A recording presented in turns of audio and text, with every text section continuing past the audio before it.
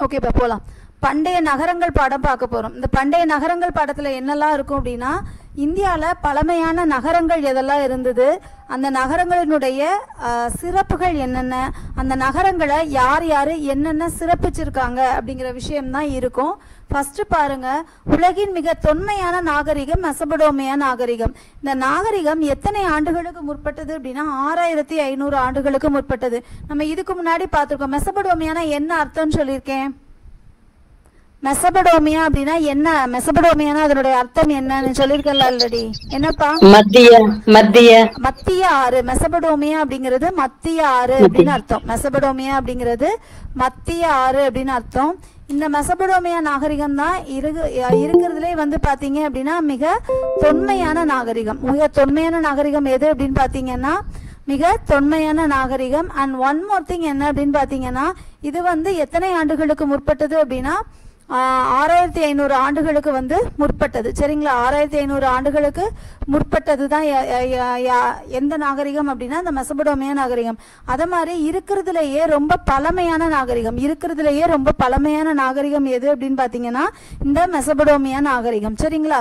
இப்போ பார்க்கலாம். ஃபர்ஸ்ட் பாருங்க, ஹராப்பா மொஹஞ்சதரோ ஆகியனை போல தமிழகத்திலும் தொன்மையான நகரங்கள் இருந்தன. இதுல ஹராப்பா மொஹஞ்சதரோங்கிறது இந்தியாவில் இருந்தது, ஆனால் தமிழகத்தில் இல்லை. ஹராப்பா வந்து சிந்து சமவெளி ஹராப்பா வந்து பாகிஸ்தான், மொஹஞ்சதரோ எல்லா ஏரியாலையுமே பரவி இருந்தது அப்படின்னு சொல்லி பார்த்துருக்கோம் இல்லையா? ஸோ அப்படி இருக்கும்போது நம்ம தமிழ்நாட்டிலையுமே பழமையான நகரங்கள்லாம் என்ன பண்ணிருக்கு, இருந்திருக்குது. ஃபர்ஸ்ட் பாருங்க, ஹரப்பா மொஹஞ்சதரோ மாதிரி நம்ம ஊர்லயும் பழமையான நகரங்கள் இருந்திருக்கு. அதுல வந்து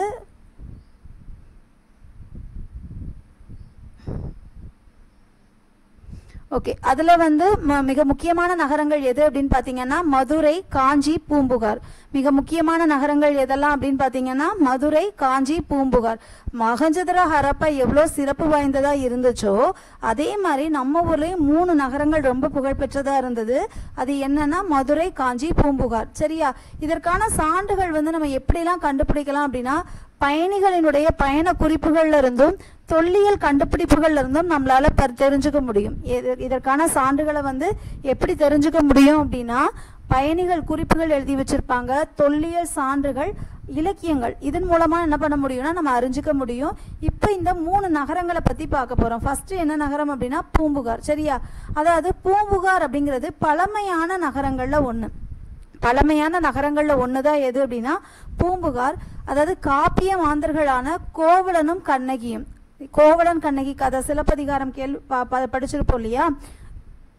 அவங்க பிறந்த ஊர் எது அப்படின்னா இந்த பூம்புகார் தான். மிக பழமையான நகரங்கள்ல ஒண்ணு பூம்புகார். இந்த பூம்புகார்ல தான் கோவலனும் மாதவியும் பிறந்திருக்காங்க.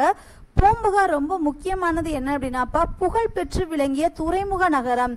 அதாவது பண்டைய காலத்துல புகழ்பெற்று விளங்கிய துறைமுக நகரம் எது அப்படின்னா பூம்புகார். அதாவது ஒவ்வொரு நாடும் தனது தேவைக்கு எஞ்சிய பொருட்களை அண்டை நாடுகளுக்கு ஏற்றுமதி செய்யவும், தங்கள் நாடுகளில் பற்றாக்குறையாக உள்ள பொருட்களை பிற நாடுகளில் இறக்குமதி செய்யவும் வணிகம் வேண்டி இருந்தது. இதுக்காக தான் வணிகத்தை ஏற்படுத்தினாங்க.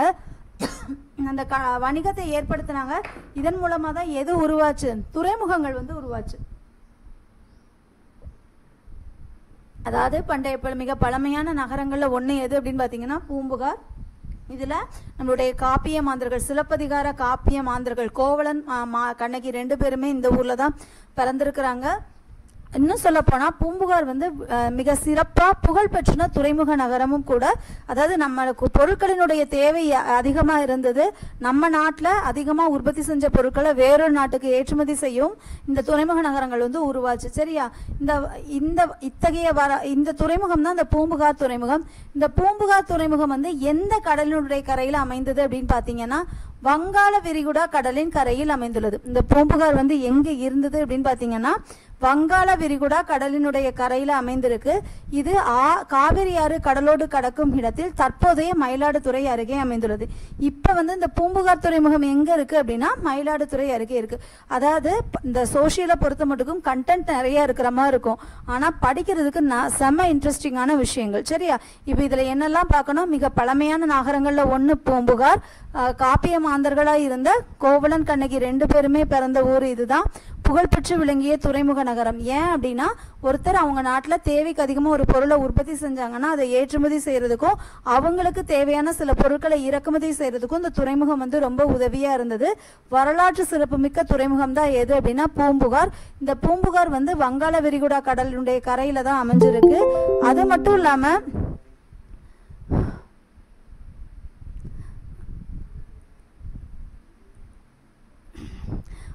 இல்லாம பாத்தீங்கன்னா இப்ப வந்து அது எங்க இருக்கு அப்படின்னா காவிரி ஆறு கடலோடு கலக்கும் இடத்துல தற்போதைய மயிலாடுதுறை அருகே அமைந்திருக்கு. சரிங்களா, மயிலாடுதுறை அருகே. இப்ப வந்து பூம்புகார் எங்க இருக்கு அப்படின்னு கேட்டாங்கன்னா எங்க மயிலாடுதுறை அருகே அமைந்திருக்கு.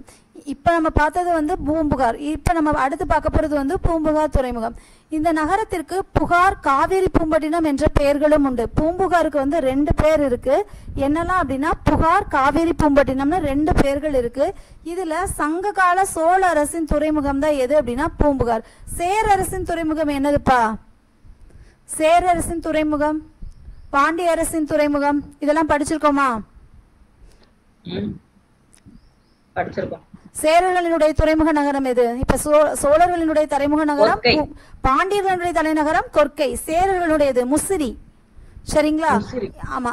சங்ககால சோழ அரசின் துறைமுகம் வந்து பூம்புகார். இந்த பூம்புகார் நகரத்துல சீரும் சிறப்புமா நடந்த வணிகம் குறித்து பட்டினப்பாலையில இருந்தும் இரட்டை நூல்களான சிலப்பதிகார மணிமேகலையிலிருந்தும் அறிந்து கொள்ளலாம். ரொம்ப முக்கியமானது. இந்த காவேரி நகரத்துக்கு வந்து அதாவது இந்த பூம்புகார் நகரத்துக்கு வந்து புகார், காவேரி பூம்பட்டினம் அப்படின்னு 2 பேர் இருக்காம்பா. அதுல சோழ அரசினுடைய துறைமுகம் தான் எது அப்படின்னா பூம்புகார். பூம்புகார் துறைமுகத்துல வந்து சீரும் சிறப்புமா வணிகம் நடைபெற்றுச்சு அப்படின்னு சொல்லிட்டு 3 நூட்கள்ப்பா. ஃபர்ஸ்ட் வந்து பட்டினப்பாலை, 2வது இரட்டை காப்பிய நூட்களான சிலப்பதிகார மணிமேகலை. இதன் மூலமா என்ன பண்ணலாம் அப்படின்னா அறிந்து கொள்ள முடியும். சரியா? அது மட்டும் இல்லாம சிலப்பதிகாரம் பூம்புகார் நகரினுடைய சிறப்பையும் பேசுகிறது. சிலப்பதிகார நாயகி கண்ணகியின் தந்தை பெயர் என்ன அப்படின்னா மாநாயகன். அதாவது கண்ணகியினுடைய அப்பா பேர் மாநாயகன். மாநாயகன் அப்படின்னா பெருங்கடல் வணிகன் அப்படின்னு பேரு. பெருங்கடல் வணிகன். அதே கோவலனுடைய அப்பா பேர் என்ன பேர் அப்படின்னா மாசாத்துவான். மாசாத்துவான் அப்படின்னா பெருவணிகன் பேரு. இப்ப நல்லா ஞாபகம் வச்சுக்கோங்க. சிலப்பதிகார மாந்தர்கள்னு நம்ம கேள்விப்படுற கோவலனும் கண்ணகியும் பிறந்த ஊர் தான் பூம்புகார். இதுல கண்ணகியினுடைய அப்பா பேர் வந்து மாநாயகன். மாநாயகன் அப்படின்னா பெருங்கடல் வணிகன் பேரு. அந்த கோவலனுடைய தந்தை என்ன அப்படின்னா மாசாத்துவான். மாசாத்துவான் அப்படின்னா பெருவணிகன் அப்படின்னு பேரு. சரியா? இதுல இருந்து நம்ம என்ன தெரிஞ்சுக்கலாம்னா அங்க நிறைய பெருவணிகர்கள், பெருங்கடல் வணிகர்கள் நிறைந்த பகுதியா வந்து இந்த பூம்புகார் விளங்கியதா நம்ம என்ன பண்ணிக்கலாம்னா தெரிஞ்சுக்கலாம். சரியா? அது மட்டும் இல்லாமப்பா இங்க வணிகம் செய்யறதுக்காக கிரேக்கம், ரோம் உள்ளிட்ட பல நாடுகளை சேர்ந்த வணிகர்கள் வந்த வண்ணம் இருந்துள்ளனர். தொடர் வணிகத்தின் காரணமாக இவர்கள் பூம்புகார் நகரிலே வசித்திருக்கிறார்கள். அதாவது வணிகத்துக்காக தான் வந்திருக்காங்க. தொடர்ச்சி அங்க வேலை இருந்ததுனால என்ன பண்ணாங்க அப்படின்னா இவங்க அந்த ஊர்ல என்ன பண்ணிருக்காங்க, தங்கெல்லாம் செஞ்சிருக்காங்கன்னு சொல்றாங்க. அடுத்து பாருங்க, பூம்புகார் மக்கள் வெளிநாட்டவர் மொழிகளை கற்றறிந்தனர். அயல்நாட்டவரும் தமிழ் மொழியை கற்றறிந்தனர். இதனால் பண்ட மாற்றங்களோடு கூடவே மொழி மாற்றமும் ஏற்பட்டது. இப்போ வெளியூர்காரங்க ஒருத்தங்க நம்ம ஊருக்கு வராங்க அப்படின்னா அவங்க என்ன பண்ணுவாங்க, நம்ம ஊர்ல மொழியை கத்துக்குவாங்க. இப்ப நம்ம வந்து அவங்க இப்போ ஃபார் எக்ஸாம்பிள் பாண்டிச்சேரியில வந்து நிறைய மக்கள் வந்து பிரெஞ்சு பேசுறாங்கன்னா அதுக்கு காரணம் என்னன்னா அந்த வெளியூர் மக்கள் வந்து வந்து வந்து வந்து இவங்க பிரெஞ்சு பேசுறாங்க, அங்கிருந்து வந்தவங்க என்ன பேசுறாங்க, தமிழ் பேசுறாங்க. அதே மாதிரிதான் பூம்புகார் நகரமும் இருந்ததுன்னு சொல்றாங்க. பூம்புகார் நகரத்து வணிகர்கள் நேர்மைக்கும் நாணயத்திற்கும் பெயர் பெற்றவராய் இருந்தனர்.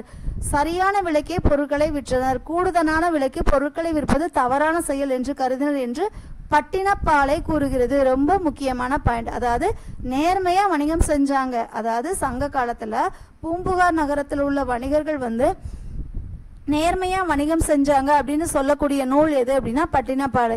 இந்த பட்டினப்பாலையினுடைய ஆசிரியர் யாரு அப்படின்னு பாத்தீங்கன்னா கடியலூர் உருத்திரம் கண்ணனார்.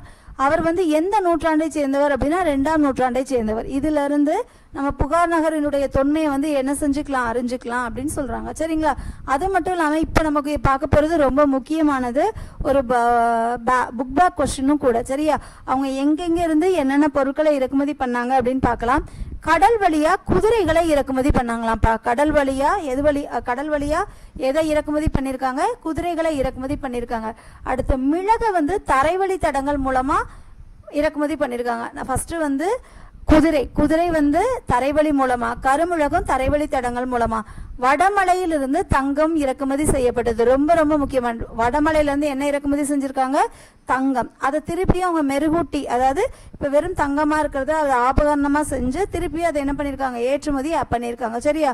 மேற்கு தொடர்ச்சி மலையிலிருந்து சந்தனமும், தென்கடல் பகுதியிலிருந்து முத்தும், கிழக்கு பகுதியிலிருந்து பவளமும், ஈழத்திலிருந்து உணவுப் பொருட்களும் இறக்குமதி ஆயின. அதாவது கடல் வழியா குதிரைகள், தரைவழி தடங்கள் மூலமா மிளகு, வடமலையிலிருந்து தங்கம், மேற்கு தொடர்ச்சி மலையிலிருந்து சந்தனம், தென்கடல் பகுதியிலிருந்து முத்து, கிழக்கு பகுதியிலிருந்து பவளம், ஈழத்திலிருந்து உணவுப் பொருட்கள். இதெல்லாம் குட்டி குட்டியா பாக்ஸ் மாதிரி நோட் பண்ணி வச்சுக்கோங்க. சரிங்களா? நோட் பண்றீங்களாப்பா? நோட் பண்றீங்களா? நோட் பண்றீங்களா? நோட் பண்றேன் மேம். ஓகே. அதாவது சிம்பிளா ஒரு ஹைஃபன் மாதிரி போட்டு வச்சுக்கோங்க. ஏன்னா புக் பேக்ல இருக்கு, ப்ரீவியஸ் இயர்ல கேட்ட கேள்வியும் கூட, அதனால தான் இவ்வளோ ஸ்ட்ரெஸ் பண்ணி சொல்றேன். சரி, அடுத்து பாருங்க. பூம்புகார் மற்ற நகரங்களிலிருந்து முற்றிலும் வேறுபட்ட முறையில் கட்டமைக்கப்பட்டிருந்தது. வீடுகள் ஒழுங்கான முறையில் வடிவமைக்கப்பட்டிருந்தன. எப்படி சிந்து சமவெளி நாகரிகத்துல வந்து வீடுகள் எப்படி ஒழுங்கான முறையில வடிவமைக்கப்பட்டிருந்ததோ அதே மாதிரி இந்த பூம்புகார் நகரத்திலையும் நகரங்கள் எப்படி அமைக்கப்பட்டிருந்துச்சு? ஒழுங்கான முறையில் அமைக்கப்பட்டிருந்தது. அகன்ற நேரான தெருக்களை கொண்டதாக இந்த பூம்புகார் நகரம் வந்து விளங்கியதா சொல்றாங்க. சரிங்களா? அடுத்து பாருங்க. இந்த பூம்புகார் நகரத்துல தான் ரொம்ப முக்கியமான கப்பல் கட்டும் செப்பனிடம் தளம் இருந்ததாகவும் கூறப்படுகிறது. பூம்புகார் நகர வாழ்வினை சிலப்பதிகார புகார் காண்டத்தினை வாசித்தும் பட்டினப்பாலை சங்க இலக்கியங்களை வாசித்தும் அறியலாம். இப்போ பூம்புகார் நகர மக்களினுடைய வாழ்க்கை வரலாறு வேணும் அப்படின்னா நீங்க சிலப்பதிகாரம் 3 காண்டங்களை உடையது தானே. புகார் காண்டம், மதுரை காண்டம், வஞ்சி காண்டம்னு 3 காண்டங்கள் இருக்கு இல்லையா? அதுல நம்ம பூம்புகாரினுடைய சிறப்பு வேணும் அப்படின்னு வச்சுக்கோங்களேன். நம்ம எதை படிச்சு தெரிஞ்சுக்கலாம் அப்படின்னா புகார் காண்டத்தை வாசிச்சும் பட்டினப்பாலை மூலமாகவும் பூம்புகார் நகரத்தினுடைய சிறப்புகளை அறியலாம். அது மட்டும் இல்லாம கிபி 200 வரை சிறப்புற்று திகழ்ந்த புகார் நகரம் கடல்கோள் அல்லது கடல் சீற்றங்களால் அழிந்து போயிருக்கலாம் என்று கூறப்படுகிறது. அதன் சான்றுகளை பூம்புகார் நகரில் இன்றும் காணலாம். அதாவது வந்து அந்த சுனாமி, நிலநடுக்கம் அந்த மாதிரியான விஷயங்களால வந்து இந்த பூம்புகார் நகரம் அழிஞ்சு போயிருக்கலாம் அப்படின்னு சொல்றாங்க. அதனுடைய சான்றுகளை வந்து நம்ம இன்னைக்கு எதுல பார்க்கலாம் அப்படின்னா பூம்புகார் நகரத்துல பார்க்கலாம். இதுதான் பூம்புகார் நகரம். ரொம்ப ஈஸி தான்ப்பா. நான் இன்னொரு தடவை உங்களுக்கு சொல்றேன். நீங்க கேட்கறத கொஞ்சம் காது கொடுத்து கேளுங்க. சரிங்களா? பார்க்கறத கொஞ்சம் கவனமா பாருங்க. அதாவது பழமையான தொன்மையான நகரங்கள்ல ஒண்ணுதான் பூம்புகார். சிலப்பதிகார மாந்தர்களா இருந்த கோவலனும் கண்ணகியும் பிறந்த ஊர் தான் இது. சங்க காலத்துல ரொம்ப புகழ்பெற்று விளங்கிய துறைமுக நகரம். ஏன் துறைமுகம் உருவாச்சு அப்படின்னா அவங்க சில பொருட்களை தேவைக்கு அதிகமா உற்பத்தி செஞ்சாங்க. சில பொருட்களை வந்து அவங்களுக்கு தேவை இருந்தது, அதனால ஏற்றுமதி இறக்குமதி பண்றதுக்காக இந்த பூம்புகார் நகரத்தை உருவாக்குனாங்க. இது வங்காள விரிகுடா கடலின் கரையில அமைஞ்சிருக்கு. இப்ப எங்க இருக்கு அப்படின்னு பாத்தீங்கன்னா காவிரி ஆறு கடலோடு கலக்கும் இடமான மயிலாடுதுறையில அமைஞ்சிருக்கு. அது மட்டும் இல்லாம இந்த பூம்புகார் துறைமுகத்துக்கு புகார், காவிரி பூம்பட்டினம் அப்படின்னு வேறு சில பெயர்களும் இருக்கு. சங்க காலத்துல சோழ பேரரசினுடைய தலைநகரமா இருந்ததுதான் எது அப்படின்னா இந்த பூம்புகார் நகரம். இந்த பூம்புகார் நகரத்துல சீரும் சிறப்புமா வணிகம் நடைபெற்றது அப்படின்னு 2 நூட்கள் சொல்லுது. ஒன்னு பட்டினப்பாலை, இன்னொன்னு சிலப்பதிகாரம். அடுத்து பாருங்க. சிலப்பதிகாரம் வந்து பூம்புகார் நகரினுடைய பெருமையை பேசுதுன்னு சொன்னோம். நம்ம கதை மாந்தர்கள், அதாவது கோவலன் மாதவி, இவங்க மாதவியினுடைய கோவலன் கண்ணகி. இந்த கண்ணகியினுடைய தந்தை யாரு அப்படின்னா மாநாயகன். இந்த மாநாயகன் அப்படின்னா யாரு அப்படின்னா பெருங்கடல் வணிகன் அப்படின்னு பேரு. கோவலனுடைய அப்பா பேர் வந்து மாசாத்துவான் அப்படின்னா பெருவணிகன். இங்கு வணிகம் செய்ய கிரேக்கம், ரோம் பல நாடுகளை சேர்ந்த வணிகர்கள் வந்து இருந்திருக்காங்க. எல்லாருமே எங்க வசிச்சிருந்திருக்காங்கன்னா பூம்புகார்ல தான் வசிச்சிருந்திருக்காங்க. சரிங்களா? அது மட்டும் இல்லாம பூம்புகார்ல உள்ள மக்கள் வந்து வெளிநாட்டு மொழிகள், அதாவது இந்த வணிகம் செய்ய வந்தவங்ககிட்ட இருந்து வேறு சில மொழிகளையும் அவங்க கற்றிருக்காங்க. அது மட்டும் இல்லாம நேர்மைக்கு பெயர் போனவர்களா இருந்திருக்காங்க. கூடுதல் விலைகளுக்கு விற்க கூடாது அப்படின்னு. இந்த செய்தியெல்லாம் நமக்கு எதை தெரிவிக்குது அப்படின்னா பட்டினப்பாலை தெரிவிக்குது. இந்த பட்டினப்பாலை எழுதினவர் யாரு அப்படின்னா கடியலூர் உருத்திரம் கண்ணனார். அவர் வந்து 2ஆம் நூற்றாண்டை சார்ந்தவர். சரிங்களா? அது மட்டும் இல்லாம அவங்க வந்து கடல் வழியா குதிரைகளையும் கருமிழக தரைவழி தடங்கள் மூலமாகவும் இறக்குமதி செஞ்சாங்க. தங்கத்தெல்லாம் வடமலையில இருந்து இறக்குமதி செஞ்சு அதுக்கு தேவையான சில மெருகூட்டப்பட்டு திருப்பி அதை ஏற்றுமதி பண்ணாங்க. மேற்கு தொடர்ச்சி மலையிலிருந்து சந்தனமும், தென்கடல் மலையிலிருந்து முத்தும், கிழக்கு பகுதியிலிருந்து பவளம், ஈழத்திலிருந்து உணவுப் பொருட்கள், இது எல்லாமே அவங்க என்ன பண்ணியிருக்காங்கன்னா இறக்குமதி பண்ணியிருக்காங்க. அதனுடைய நகரம்ங்கிறது ரொம்ப கட்டமைக்கப்பட்டிருந்தது. ஒழுங்கான முறையில தெருக்களை வந்து என்ன பண்ணியிருக்காங்க, வடிவமைச்சிருக்காங்க. அது மட்டும் இல்லாம இந்த பூம்புகார்ல கப்பல் கட்டும் தளம், குஜராத்ல கப்பல் கட்டும் தளம்னு ஒன்று சொன்னால லாஸ்ட் டைம் கிளாஸ்ல, அது என்னதுப்பா? குஜராத்ல லோத்தல். லோத்தல். லோத்தல். என்னது? லோத்னா என்ன அர்த்தம்? லோத்னா என்ன அர்த்தம்? லோத்னா என்ன அர்த்தம்? லோத்னா என்ன அர்த்தம்? இதெல்லாம் லாஸ்ட் லெசன் நடத்தும் போது சொல்லியிருந்தேன். லோத்னா என்ன?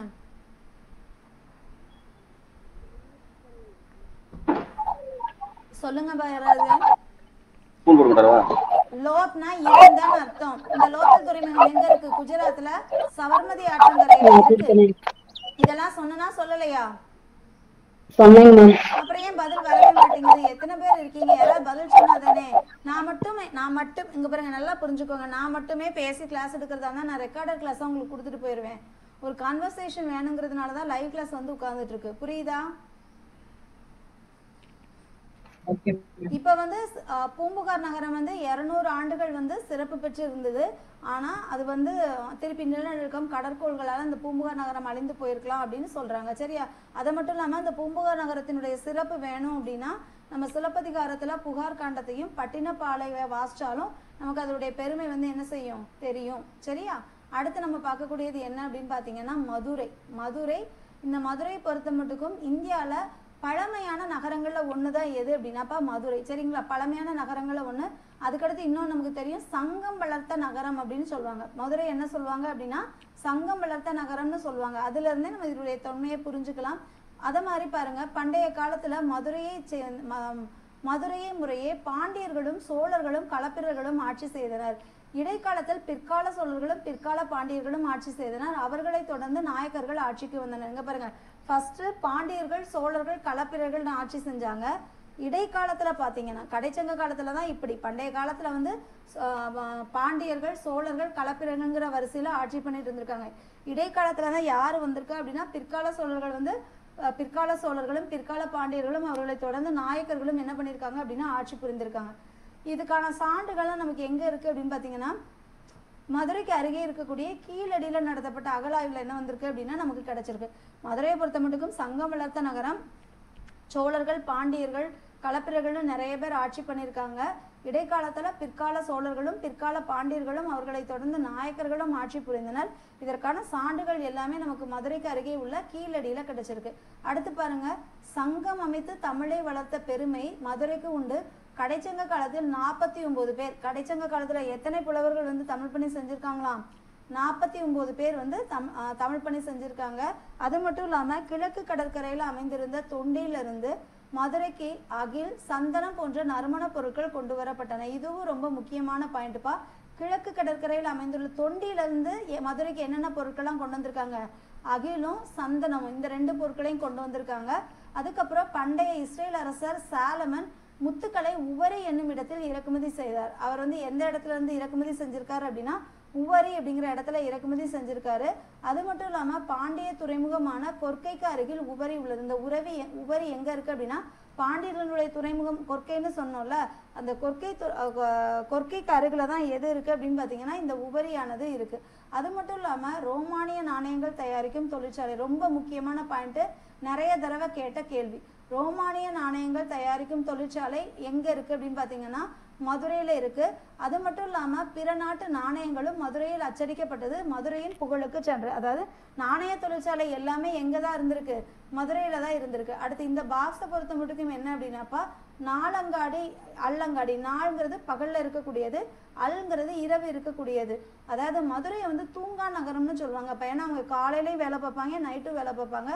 பெண்கள்லாம் வந்து எந்தவித பயமும் இல்லாம வந்து அந்த மதுரையிலலாம் பொருட்களை வாங்கி செல்வாங்களாம். அந்த அளவுக்கு வந்து சிறப்பு வாய்ந்ததா இருந்தது அப்படின்னு சொல்றாங்க. அப்ப தூங்கா நகரம். ஏன் தூங்கா நகரம் சொல்றாங்க அப்படின்னா நாளங்காடி அல்லங்காடின்னு 2 அங்காடி இருந்திருக்கு. அதுல நாளங்காடிங்கிறது பகலையும் அல்னா இரவுன்னு சொல்லுவோம்ல, இரவு நேரத்து கடையும் குறிக்கும்.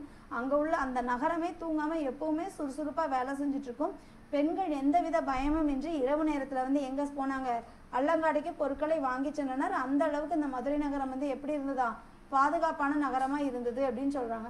அது மட்டும் இல்லாம ரொம்ப முக்கியமானது இங்க நாணய தொழிற்சாலையும் இருந்திருக்கு.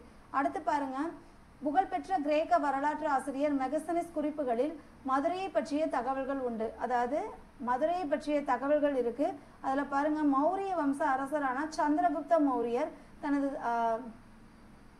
சாணக்கியர் மதுரையை தனது அர்த்த சாஸ்திரத்தில் குறிப்பிட்டார். அர்த்த சாஸ்திரத்தை எழுதினவர் யாருப்பா?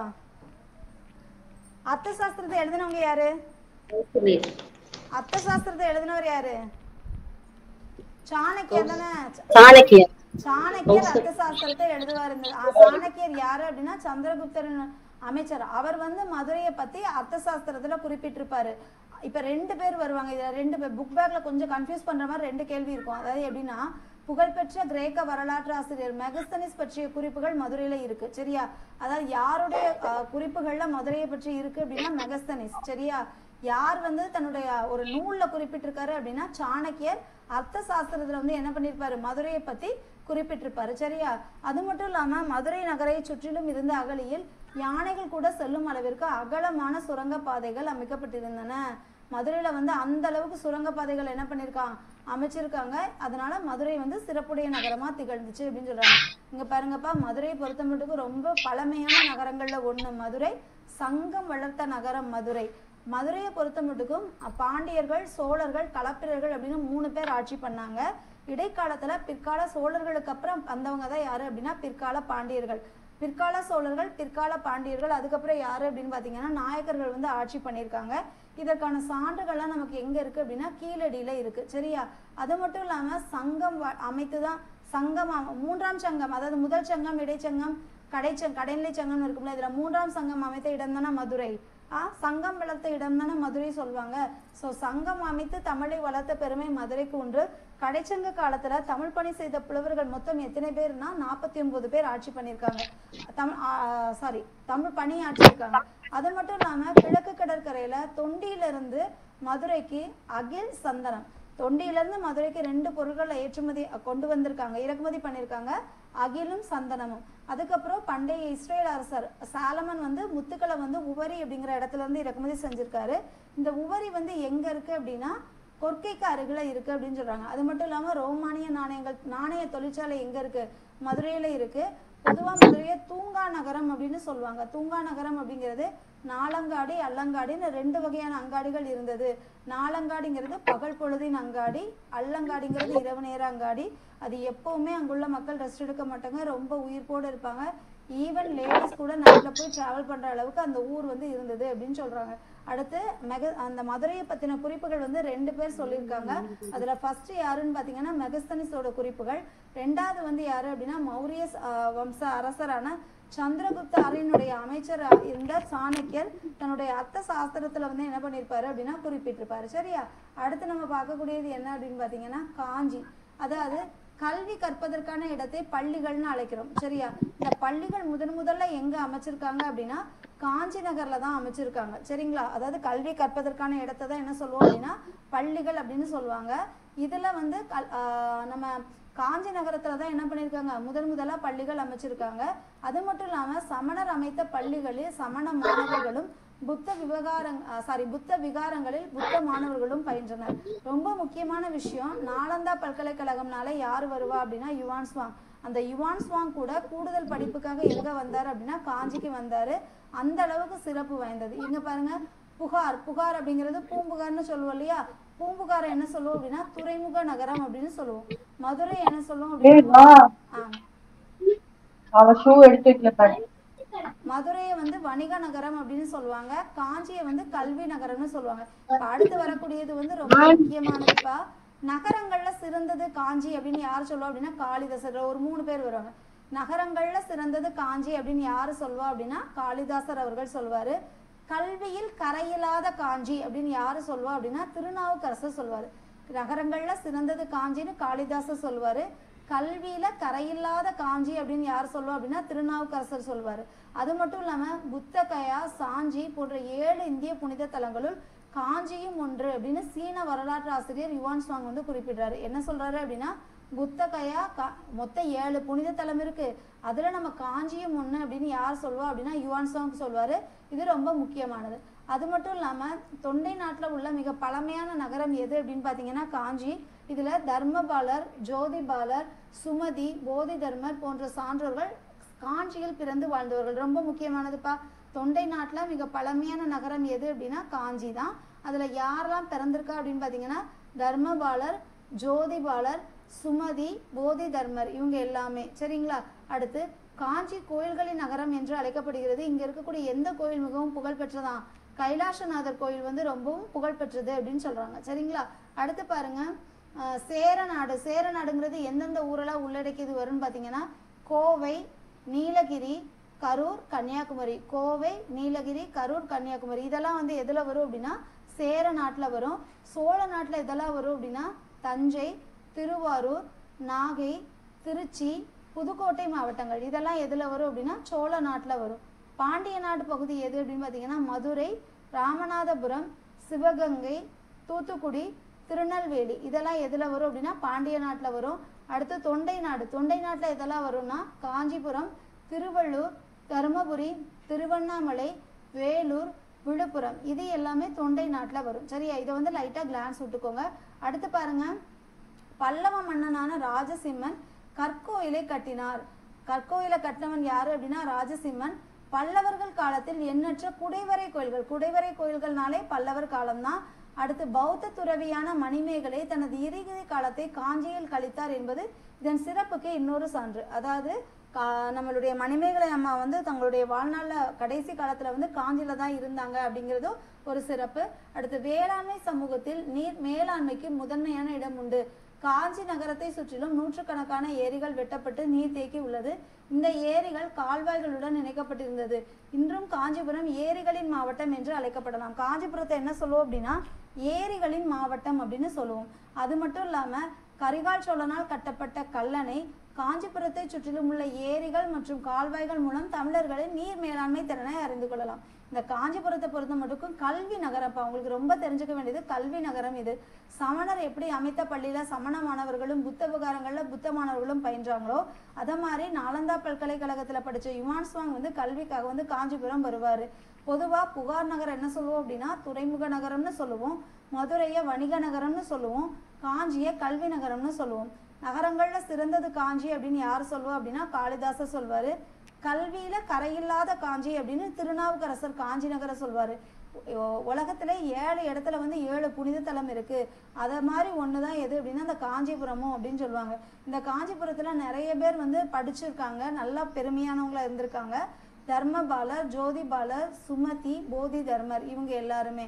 பொதுவா காஞ்சியை வந்து கோயில்களின் நகரம் அப்படின்னு அழைக்கிறோம். இதுல கைலாசநாதர் கோயில் வந்து ரொம்ப புகழ்பெற்றது. இந்த கைலாசநாதர் கோயில தான் யாரு என்ன பண்ணுவா அப்படின்னா பல்லவ மன்னன் வந்து ராஜசிம்மன் கோயிலை வந்து என்ன பண்ணுவான்னா கட்டுவான். பல்லவர்கள் காலத்துல எண்ணற்ற குடைவரை கோயில்களும் கட்டப்பட்டன. பௌத்த துறவியான மணிமேகலை தன்னுடைய இறுதி காலத்தை காஞ்சியில கழிச்சாங்க அப்படின்னு சொல்லுவாங்க. அது மட்டும் இல்லாம நீர் மேலாண்மைக்கும் ரொம்ப முக்கியத்துவம் வாய்ந்த இடமா இருந்திருக்கு. காஞ்சி நகரை சுற்றிலுமே வந்து என்ன பண்ணியிருக்காங்க, நிறைய ஏரிகள் கட்டப்பட்டு தேக்கி வச்சிருக்காங்க. இந்த ஏரிகள் எல்லாமே எதோட இணைக்கப்பட்டிருந்தது அப்படின்னா கால்வாயோட இணைக்கப்பட்டிருந்தது. இதை என்ன சொல்லுவாங்க அப்படின்னா காஞ்சிபுரத்தை ஏரிகளின் மாவட்டம் அப்படின்னு சொல்லுவாங்க. அது மட்டும் இல்ல, இந்த கரிகால சோழன் தான் கல்லணையை கட்டுவான் இல்லையா, அந்த கல்லணை வந்து அவங்களுடைய நீர் மேலாண்மை திறனை வந்து என்ன பண்ணுதான் அதிகமா எடுத்துரைக்குது அப்படின்னு சொல்லுவாங்க. அடுத்து ரொம்ப முக்கியமானது சோழ நாடு அப்படின்னா சோறுடைத்து, பாண்டிய நாடு அப்படின்னா முத்துடைத்து, சேர நாடு வேலமுடைத்து, தொண்டை நாடு சான்றோர் உடைத்து. இன்னொரு தடவை சொல்றேன், சோழ நாடு சோறுடைத்து, பாண்டிய நாடு முத்துடைத்து, சேர நாடு வேலமுடைத்து, தொண்டை நாடு சான்றோர் உடைத்து. சரியா? அவ்வளவுதான்ப்பா இந்த பாடம். இந்த பாடம் முடிஞ்சிருச்சு. இந்த பாடம் இப்போ உங்களுக்கு நடத்துனது எப்படி இருக்குன்னு சொல்லுங்க. யாராவது சொல்லுங்க பார்க்கலாம். நானே பேசிட்டே இருந்தேன்னா எனக்கு ஒரு மாதிரி லெசன்ஸ் எப்படி போச்சு, இப்போ சொன்னது ஏதாவது மைண்ட்ல நிக்குதா? எஸ் மேம் இருக்குங்க. இப்போ இதுல என்ன பார்த்தோம், இதுல வந்து ரொம்ப பழமையான பண்டைய நாகரங்கள்ல 3 நகரங்களை பத்தி பார்த்தோம். பூம்புகார், மதுரை, மதுரை, காஞ்சி. இந்த 3 நகரங்களை பத்தி தான் பார்த்தோம். இப்போ புக் பேக் பார்த்துடலாமா? அந்த புக் பேக் எல்லாமே அப்பப்ப எழுதிடலாம். என்னப்பா பிற நீங்க அதுக்குன்னு தனியாக ஒரு சோர்ஸ் எழுதிட்டு அலைய முடியாது. சரியா? Book back குறிச்சுக்கோங்க. 6500 ஆண்டுகளுக்கு முன்பு பழமையான நகரத்தின் நாகரிகம்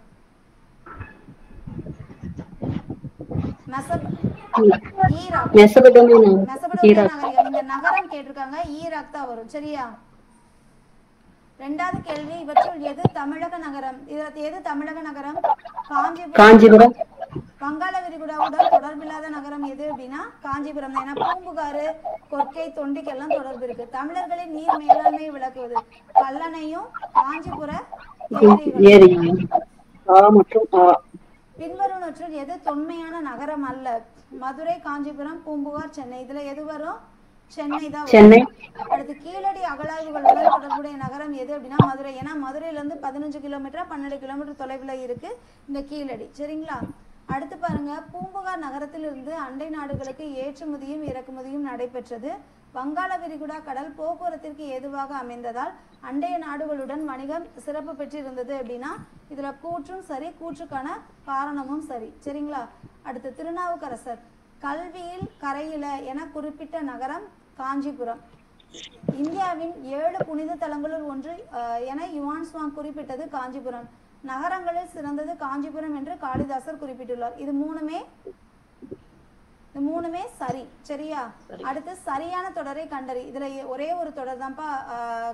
இதுல நாலங்காடிங்கிறது பகல் நேர கடைப்பா, அல்லங்காடிங்கிறது இரவு நேர கடை. ரோமானிய நாட்டு நாணயம் தொழிற்சாலை கிடைத்தது எங்க அப்படின்னா மதுரையில தான் கிடைக்கும். இதுல கடைசி ஆப்ஷன் மட்டும் தான் கரெக்ட். கொற்கை அருகில் உள்ள உவரியில் இருந்து முத்து ஏற்றுமதி செய்யப்பட்டது அப்படிங்கிறது சரியான விடை. சரிங்களா? அடுத்து பாருங்க, இந்த மாதிரி கொஸ்டின்ஸ்ல உங்களுக்கு கண்டென்ட் தெரிஞ்சிருந்தாலும் சின்ன சின்ன கேர்லெஸ்ல நிறைய தப்பு பண்ணீங்க. சரியான தொடரா, தவறான தொடரா, தொடர்பு உள்ளதா, தொடர்பு இல்லாததான்னா பாத்துக்கோங்க. இப்ப மேல வந்து சரியான தொடர் பார்த்தோம். இப்ப இதுல வந்து தவறான தொடரை பார்க்கலாம். மெகஸ்தனிஸ் தன்னுடைய பயண குறிப்புகளில் மதுரையை பற்றி குறிப்பிட்டுள்ளார். கரெக்ட் தான். யுவான் சுவாங் தமிழ்நாட்டுக்கு நகரான காஞ்சிபுரத்திற்கு வருகை தந்தார். கரெக்ட் தான். கோவலனும் கண்ணகியும் காஞ்சிபுரத்தில் வாழ்ந்தனர். கோவலனும் கண்ணகியும் எந்த ஊர்லப்பா வாழ்வாங்க? பூம்புகார்ல வாழ்வாங்க. ஈராக் நகரம் பட்டினப்பாளையில் குறிப்பிடப்பட்டுள்ளது. இது தப்பு. ஈராக் நகரம் பட்டினப்பாளையில வந்து பூம்புகார் நகரத்தோட சிறப்பு தான் இருக்கும். சரிங்களா? அடுத்து பாருங்க, சரியான இணையை கண்டறிய. கூடல் நகர்னா எதுப்பா வரும்? மதுரை வரும். சோ இது தப்பு. தூங்கா நகரம்னாலும் மதுரை தான் வரும். தப்பு. கல்வி நகரம்ங்கிறது எதுப்பா வரும்? காஞ்சிபுரம். கோயில்களின் நகரமும் காஞ்சிபுரம் தான். அப்ப கடைசி இருக்கிறது தான் சரி. சரியா? அடுத்து பாருங்க, வடமலையில இருந்து தங்கம், மேற்கு மலையில இருந்து சந்தனம், தென்கடல்ல இருந்து முத்து, கீழ்கடல்ல இருந்து என்ன வாங்கிட்டு வருவோம்? யாராவது சொல்லுங்க. என்னது? பவளம். ஓகே. அடுத்து கைலாசநாதர் ஆலயத்தை கட்டியவர் யாரு? ராஜசிம்மன். கோயில்களின் நகரம் என அழைக்கப்படுவது காஞ்சிபுரம். மாசாத்துவன் என்னும் பெயர் தரும் பொருள் பெருவணிகன். இதே அப்படின்னா பெருங்கடல் வணிகன் அப்படின்னு பேரு. சரிங்களா? அடுத்து சரியா தவறா பாருங்க. பூம்புகாரில் நடைபெற்ற அண்டை நாட்டு வணிகத்தின் மூலமாக பண்பாட்டு பரிமாற்றம் நடைபெற்றது. சரி. மதுரையில் அல்லங்காடியில் பெண்கள் பயமின்றி இரவு நேரங்களில் பொருட்கள் வாங்கி சென்றனர். சரி. ஏன்னா அவங்க எப்பவுமே ஓடிட்டே தான் இருப்பாங்க. பல்லவர் காலத்தில் எண்ணற்ற குடைவரை கோயில்கள் அமைக்கப்பட்டன. சரி. போதி தர்மர் காஞ்சிபுரத்தை சார்ந்தவர். எல்லாமே சரிதான். சரி. அடுத்து இங்க பாருங்க, எந்த நதிக்கரையில் பூம்புகார் அமைந்திருந்தது? காவிரி. எந்த நதிக்கரையில பூம்புகார் அமைந்திருந்தது? காவிரி நதிக்கரையில. அதுல தப்பா எழுதிருக்கேன்.